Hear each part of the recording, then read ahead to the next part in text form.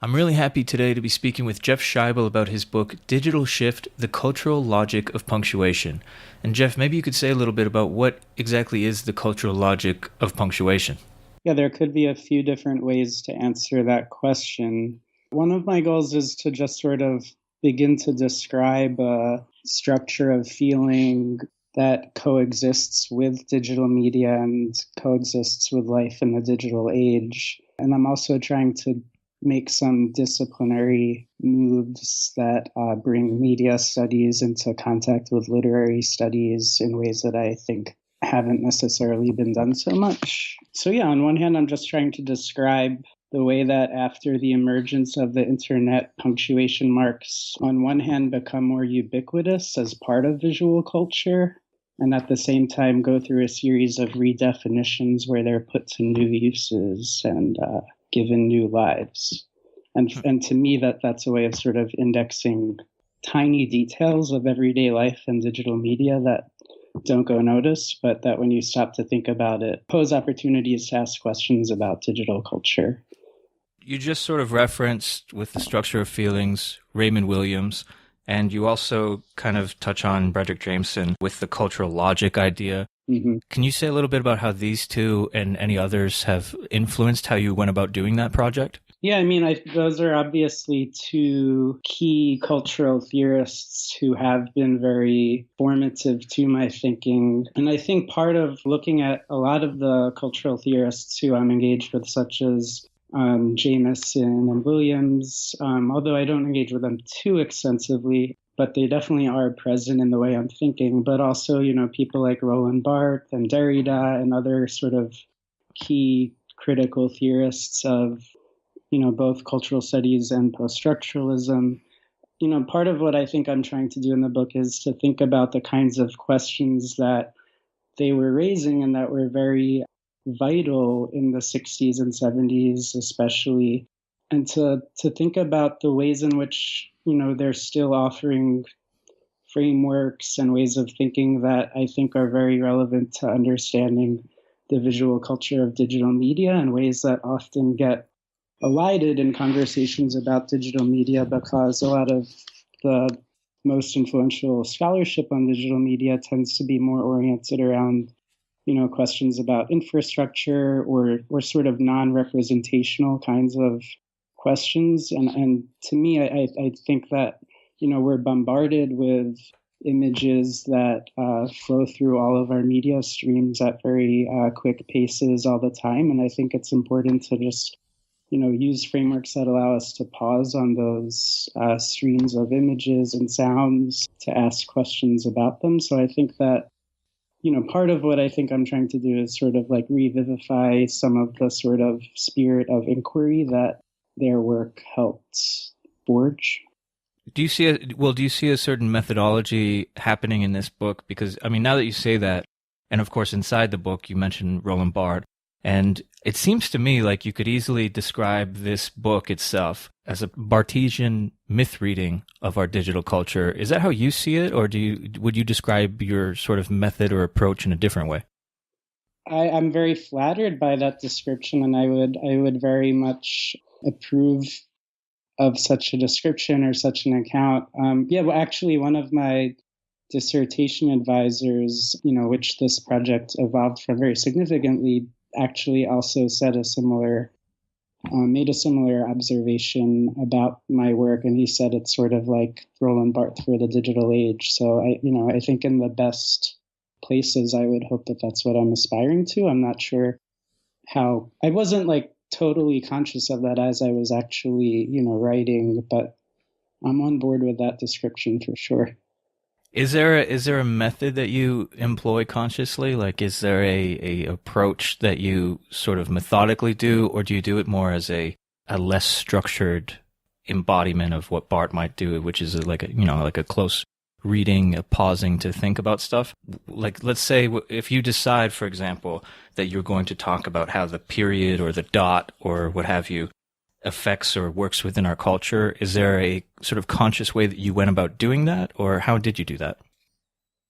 Once I began thinking about punctuation, it was very easy to see it everywhere. And I mean, I basically just started building a catalog of all of the different examples of it and instantiations of punctuation that I observed. And one of the nice things about writing the book, too, is it actually felt very collaborative to me in many ways, because people knew I was working on it and would always, it was the kind of thing that I think triggered the curiosity of a lot of friends and colleagues. So, whenever anyone saw anything related to punctuation, they'd send it my way. So just, over time, I sort of accumulated a lot of examples, and then I guess I began looking for patterns across the examples on a micro level and on a macro level. And then to me, it really seemed like after collecting all of these examples, you really could tell a story through them about that has many layers. But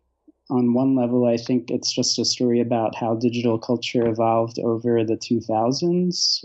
But yeah, I think there are multiple layers to it. I'm not sure if that answers your question. Well, I think one of the interesting things to me reading this is that very similar to sort of, thinking differently about wrestling or soap or any of the other things that Roland Bart talks about. You start to see these things, like you said, when you read this or when you know that somebody's working on this. I start, for example, looking at periods or dots and how they're used in modern grammar and computer grammar in a slightly different way than I would have earlier. And so obviously, I think that's part of the point of your book, is that you stop and pause on stuff like a hashtag where you wouldn't have necessarily before. Once you've collected this sort of archive of examples, what do you do with it? How do you make those decisions of what you include? Because you basically include a number of examples from modern culture. You include usually at least one film in your references, and you kind of go back and forth, especially with if there's movie titles or book titles and things like that. So I see what you've done. I'm curious how you chose to put those things in out of, I'm sure, a much bigger catalog of options. Obviously, the book is on the shorter side, and I very much sort of wanted it to be on the shorter side because I think a lot of the more compelling works of media theory and cultural studies that I like to read are often, shorter and provocative and not necessarily, really thoroughgoing histories that are hugely comprehensive, but are rather suggestive. And so I wanted to, one goal in the back of my mind was keeping it short and provocative and hopefully engaging and being the kind of book that you could pick up and sort of engage in a conversation with the reader where they then make their own connections to other examples that I might not cover. So, with that sort of structure in mind, that then led me to decide to only focus on 3 specific marks over the course of the book, where each chapter gets its own mark, the period, the parenthesis, and the hashtag, which to me sort of does tell this specific story. So, on one hand, I left out a lot of the examples that weren't those 3 punctuation marks in a very literal way, although I do mention others, of course, throughout the book and in the introduction. Mm-hmm. And as a way to, think about what each individual one is, you, of course, have to think about it in relationship to other ones that they're not. So, for example, when I'm talking about the period, I also noticed when I was relooking at it that I also write a lot about the exclamation point and the question mark, because they're both sort of marks that inscribe finality. Yeah, so a lot of it was really just fitting it into those 3 chapters. And then the more extended analyses I do just sort of happened organically and intuitive. I'm sure like writing several pages about adaptation wouldn't necessarily be intuitive to somebody writing about punctuation, but for me it just sort of made sense. And I guess it also speaks to the kinds of media that I consume on a personal level. A lot of them are more American and independent, and the kinds of things that I consume and am exposed to. Was it a hard sell talking about punctuation? I mean, you did this, like you said, sort of for a dissertation. Then you published it with University of Minnesota Press. I mean, punctuation itself is not a very sexy topic. I'm curious what kind of reaction you got, or if you even did get a reaction by saying, basically, I'm writing about punctuation, or did you frame it in a different way? I mean, because it's interesting. And I picked it up because I forget where I was. I think I was at a conference, and it was one of the books on there, and it looked interesting enough that I picked it up. And then once I started reading, I was happy to obviously read it and talk to you about it. But if you were to tell me, do you want to read something about punctuation? I don't think I would jump on that chance. How is it pitching this or thinking about this potentially to a committee or to a publisher? Can you say a little bit about that? Sure. So it started out with the parentheses chapter, and I didn't know. And so that was in my dissertation, which was actually much more wide ranging. And I didn't yet see the lens of punctuation as an overarching topic. So my dissertation was more philosophical about digital contingencies, and I had one chapter of it about parentheses. But then I had a postdoc and some time to write and think about how to turn my work into a book. And I suddenly began to, first of all, the actual parentheses chapter that I had written that I had also presented at a bunch of conferences was very warmly received whenever I presented it. I remember one scholar who saw me present on it specifically said, I never thought I'd be interested in a talk about parentheses, but it was really great. So I got very positive responses to that specific chapter. And then again, like over time, just sort of collecting all of these examples of parentheses, it just sort of led me to think about punctuation in digital media more generally. And so I began to see how that might take shape as a book project. And then by the time that it did come time to pitch it as a book, Minnesota was incredibly enthusiastic about it from the start. So I was very lucky in that respect. And I mean, there is something I think self-reflexive about, writing a book about punctuation that does particularly appeal to publishers, right? So I'm not sure if that added to the sort of easiness of going about publishing it. But yeah, I find in general, like what was nice about it as a sort of research topic is, like, as you say, it isn't a very sexy topic, but if you start out not expecting a lot, then you're sort of able to prove all that you can do with it. And I think you always end up pleasantly surprising people who might not right away think about it as something that they'd be interested in. Although, and that said, I also feel like it probably hasn't reached as large of a crowd as other works on digital media have, precisely because someone might see the topic and not be piqued to find out more because they don't think of it as an interesting topic. So, I think it might cut both ways. Yeah, well, and it's still relatively new, right? I think as more people might pick it up and become interested in it, it can spread. It's probably not the one that will sell out right when it comes out. It's probably more like over time people say, actually, this isn't a pretty interesting thing. You should check it out. I'm curious, did you have like a fourth mark that you deleted? Or were you weighing your pros and cons, and before you ended up with these three, was there something else that you were almost about to write about? There are a couple that I thought about. I thought about ellipses for a little while, and do have a collection of some examples somewhere on my computer of things about ellipses, and then also the other sort of symbol that I think, that also especially speaks to a lot of the questions about how punctuation evolves in digital culture is the @ symbol, which, could have paired perhaps with the hashtag as a sort of, uniquely and specifically digital kind of typographic symbol that isn't strict punctuation, but is, what we could think of as loose punctuation, right? A character that becomes ubiquitous in visual culture and that we use to control various computer functions that we use. Is there anything that you've thought of afterwards that you might have either put into this book if you had thought of it, or maybe I don't know if you have like a bit of a list or notes of the next project that you're just looking out for? Is there anything that's come up after releasing this?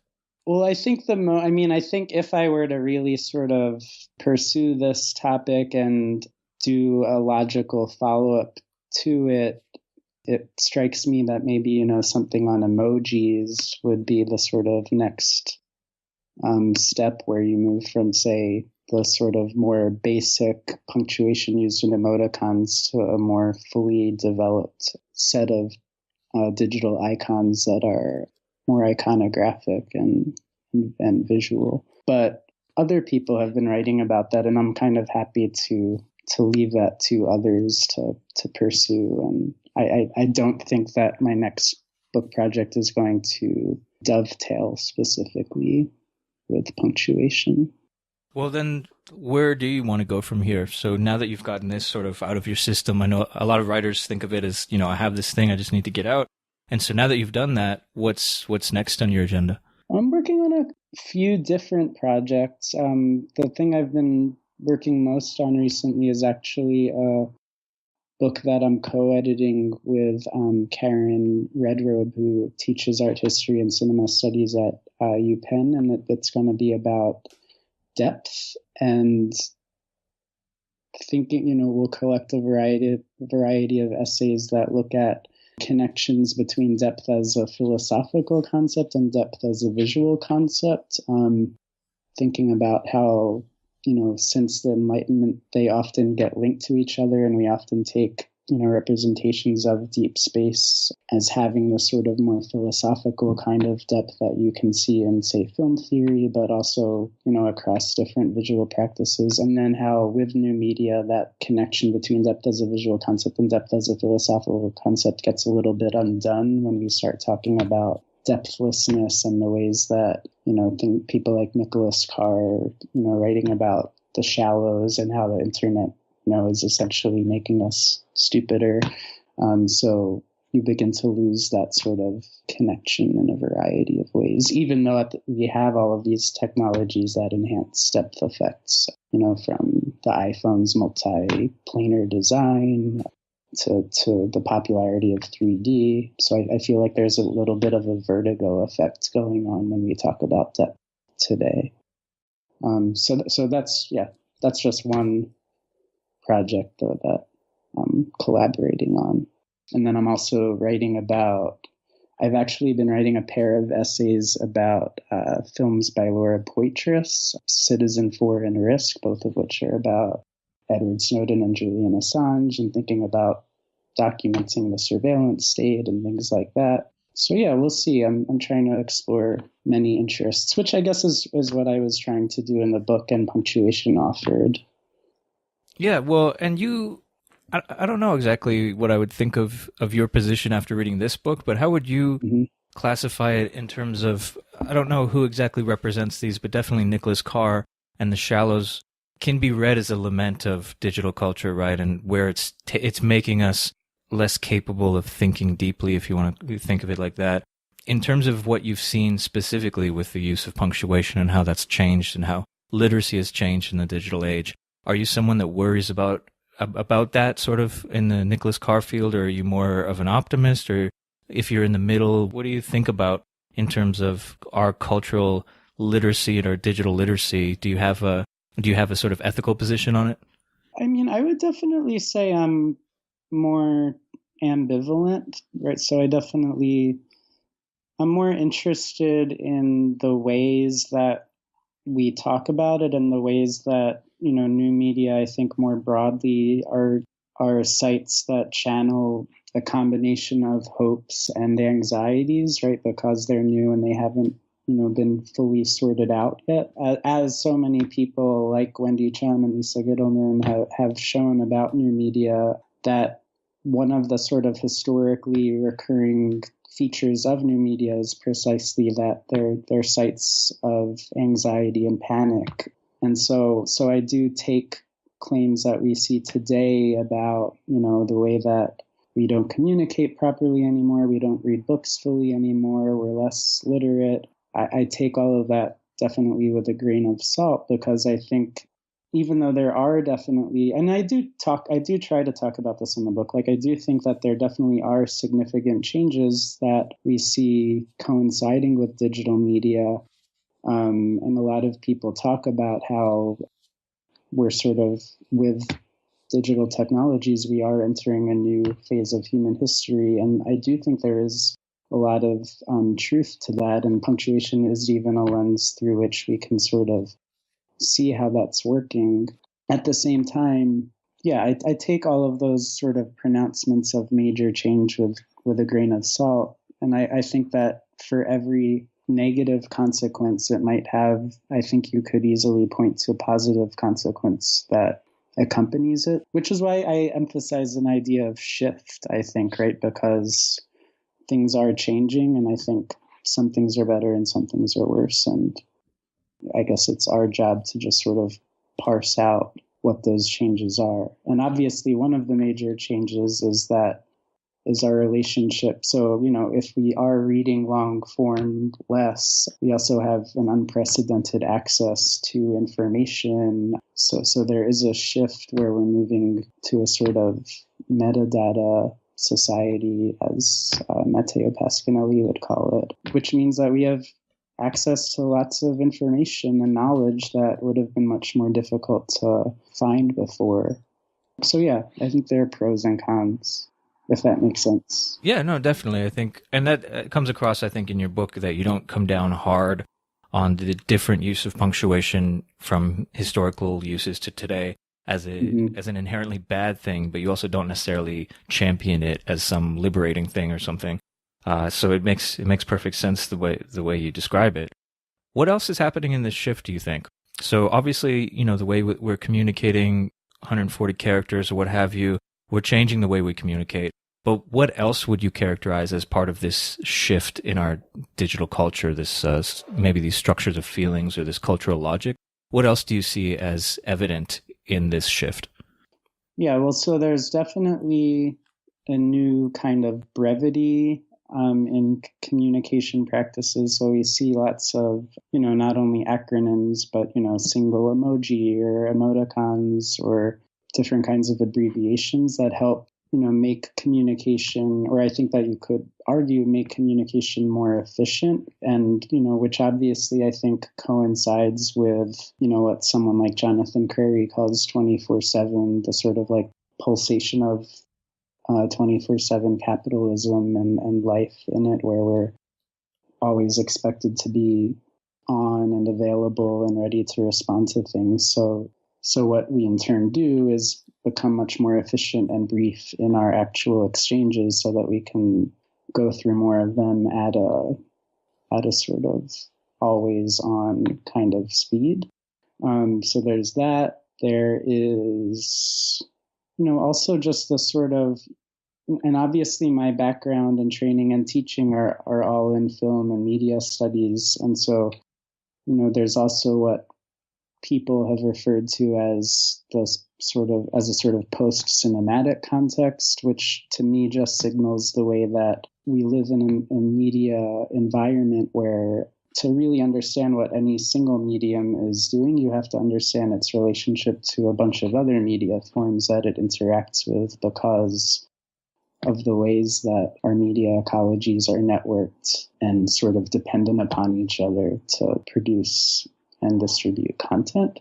So I think that's a big part of it too, which I try to reflect in my methodology, where I'm looking across, another way I think of my project is just as sort of like comparative media, where I'm trying to think about cultural logics that exist across multiple media forms.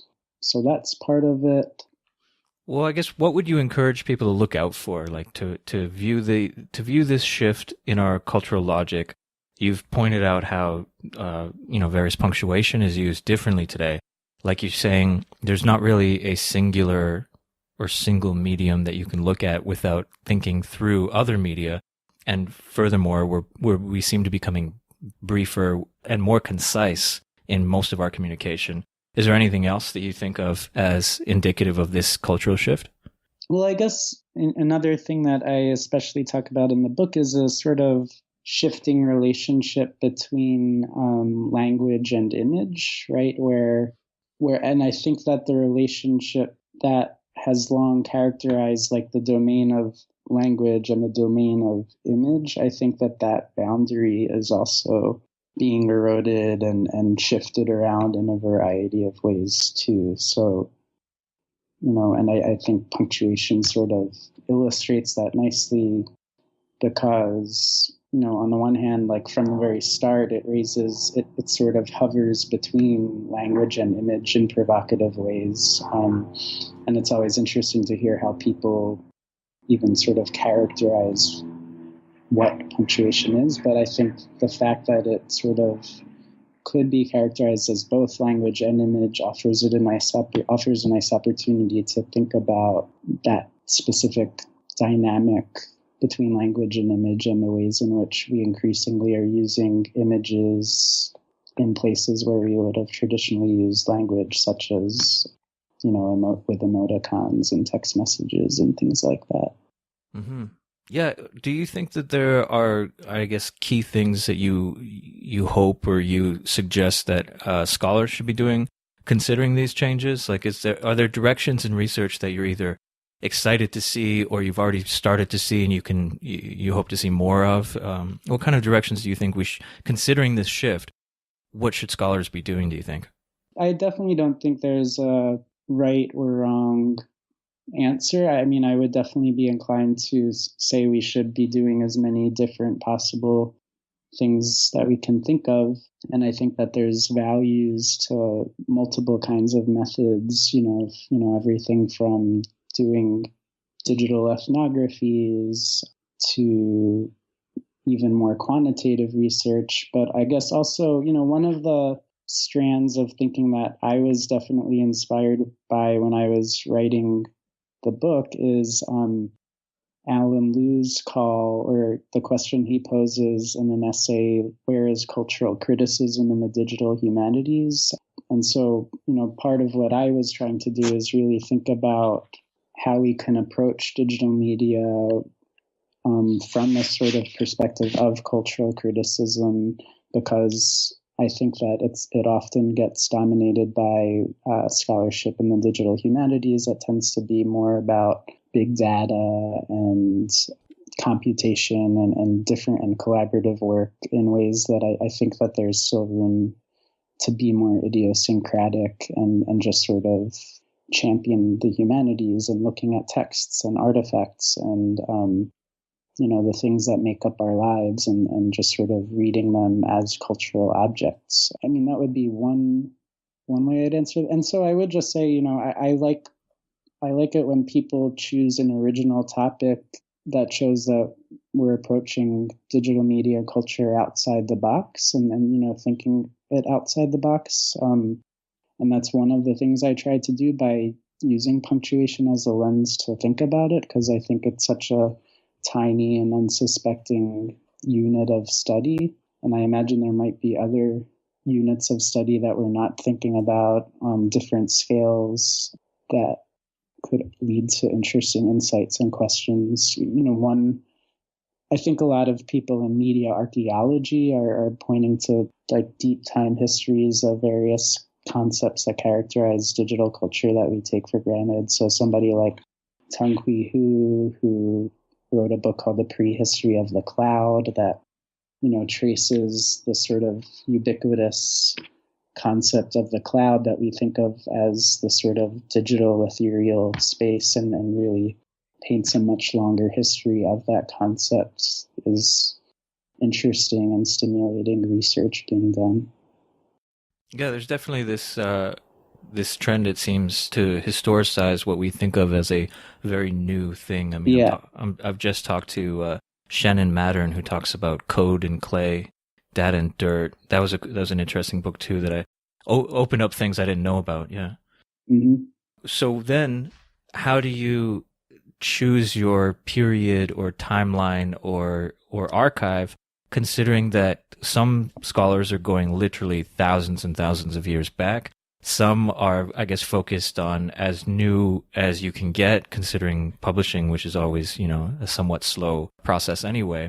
How do you choose the right timeline? Because you seem to have, like you said, focused on post 2000, like in the 2000s. That's your timeline. How do you set that? And well, although that said, you do go back to the invention of the typewriter and stuff like that. So yeah, how do you choose your periodization? I'm always interested in that.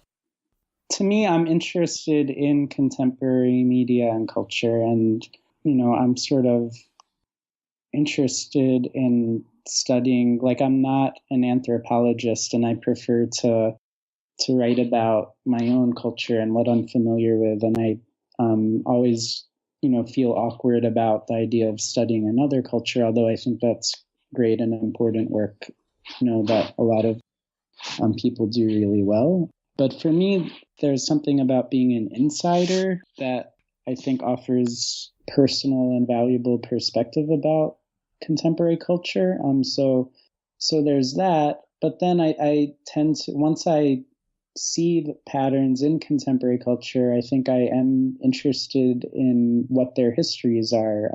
Even in other places in the book, I do, like, all of my sort of readings of visual culture are based in the 2000s, but I also try to go back to various historical moments that offer sort of precursors or snapshots of what a longer history of contemporary media cultures might be. So in the period chapter, I go back to documents to RFC documents in the 1980s when people were like literally redefining the period as a dot to be used in the organization of web infrastructure. Or in the hashtag chapter, I also go back to the 1970s when the number sign was introduced to touch-tone phones, to think about the ways that that symbol was attached to a bunch of, when it was introduced by the Bell Labs in the late 60s, there were people talking about how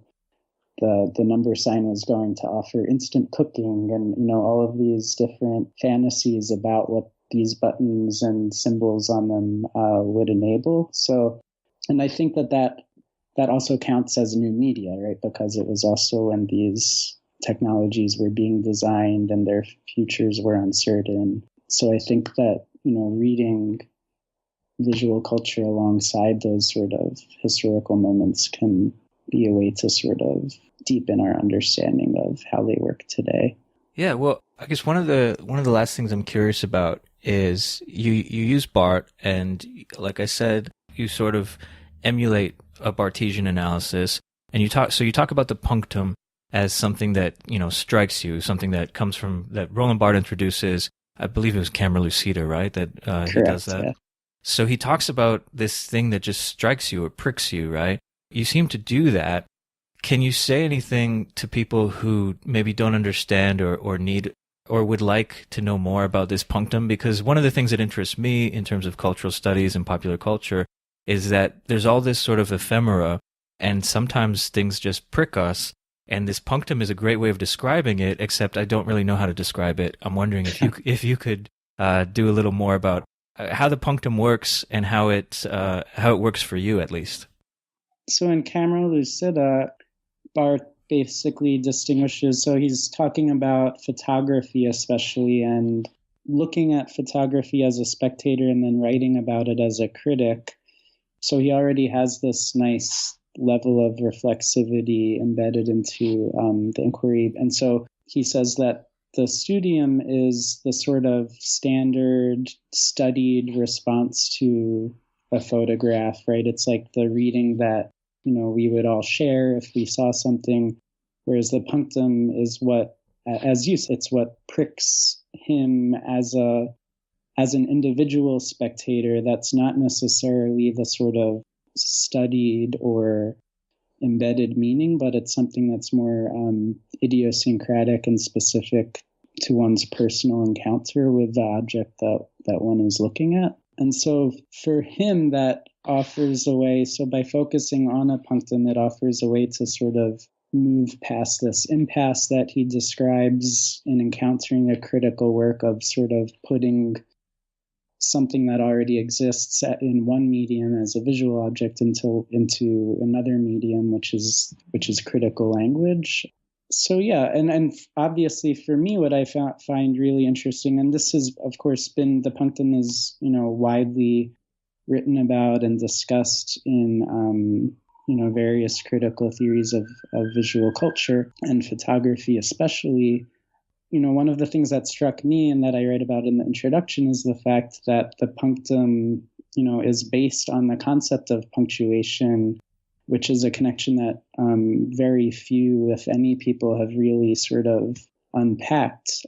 But so it offered a nice way for me, I think, to think about the various sort of particularities of what it means to think about punctuation in general, but also how to sort of move forward, studying media and just sort of, being someone who reads culture and looks out for patterns and is willing to sort of follow strange associations that somehow might feel intuitive to you, that might be hard to sort of rationally explain or generalize to other people.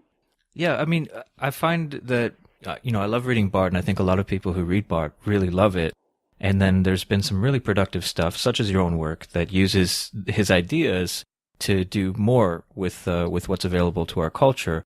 But I can also understand how sort of hard scientist or skeptic would see this and think that that is barely a concept in and of itself, and it's very difficult to understand how that can be a productive way of doing research. It's hard for me to explain it, but I know when I see it, like in your book and his work and in a number of others. But what do you think? Well, I mean, I think maybe I think there could be a lot of different things we could say, but I think maybe part of it is about a pleasure of reading and writing that, for me, when I read Bart, there is clearly a pleasure that has gone into his own process of writing and thinking and talking about the objects that he's chosen. And there's a love in it too that I think is very palpable. And I think as a reader, I'm always on the lookout. I'm very drawn to someone like Bart precisely because of that pleasure and love. And I think that he is considerate of his reader too, and trying to talk through concepts and be playful, and, not get bogged down in overly dry writing. So I think, so for me, part of it is, and I think this was something I was trying to think about when I was writing the book. I'm not sure how successful it was, but I really was trying to think about the book as an engagement with an unknown and imaginary reader. And I wanted to sort of, take them through examples that I thought were interesting and illustrative. And I hate using the word relatable, but on one level, I guess, also, relatable to sort of draw people into them. And this is also hard to articulate too, but I also think it's important not to close off ways of thinking. And part of what I'm trying to do, I think, is to open up people to think beyond the book and to think outside the box, and to make their own connections. Because I'm sure, for example, punctuation is something that, I think after you read the book, like you probably do begin to think about punctuation in your own life and in your own mediated environment in a different way, if it's different only in that you're more conscious of it. So I think just sort of using a book as an opportunity to encourage people to think differently about the world, to me, that's really the joy and pleasure of working in the humanities and writing about art and culture. Yeah, no, I think you model that really nicely, and it's great when it's interesting because it's great when you see it, but to describe it in an abstract way is quite difficult. So it's almost like, people have to go and pick up Digital Shift and read it and see where there is pleasure from punctuation, which sounds counterintuitive, but and there could easily be, I think the fear is like there would be a basic manual of how to use punctuation or that kind of approach, which would strip it of all. It would be the studium, definitely, but it would definitely not incorporate that pleasure and that openness to the world. That would be the fear, I guess, in reading a book about punctuation. But using Bart and using that kind of approach, I think it makes all the difference, and it was a really interesting work. Did you have anything else that you were thinking about that you wanted to mention? No, I mean, no, not that I can think of right now. But yeah, I mean, it's funny that you said that because one of the fears I definitely did have when it was written and even when it was being published and marketed is that it would get mistaken as a sort of guidebook or some sort of instruction manual, and obviously that's far from what the book is, I think. Yeah. Well, I think that's clear definitely to anyone who picks it up, and maybe some people will be piqued or pricked into exploring this further. Maybe after listening to this, or after seeing you speak about it, or hearing someone else who has read it. But yeah, Jeff, I just want to thank you so much for talking to me today about your book. Thank you so much for talking to me. I appreciate it.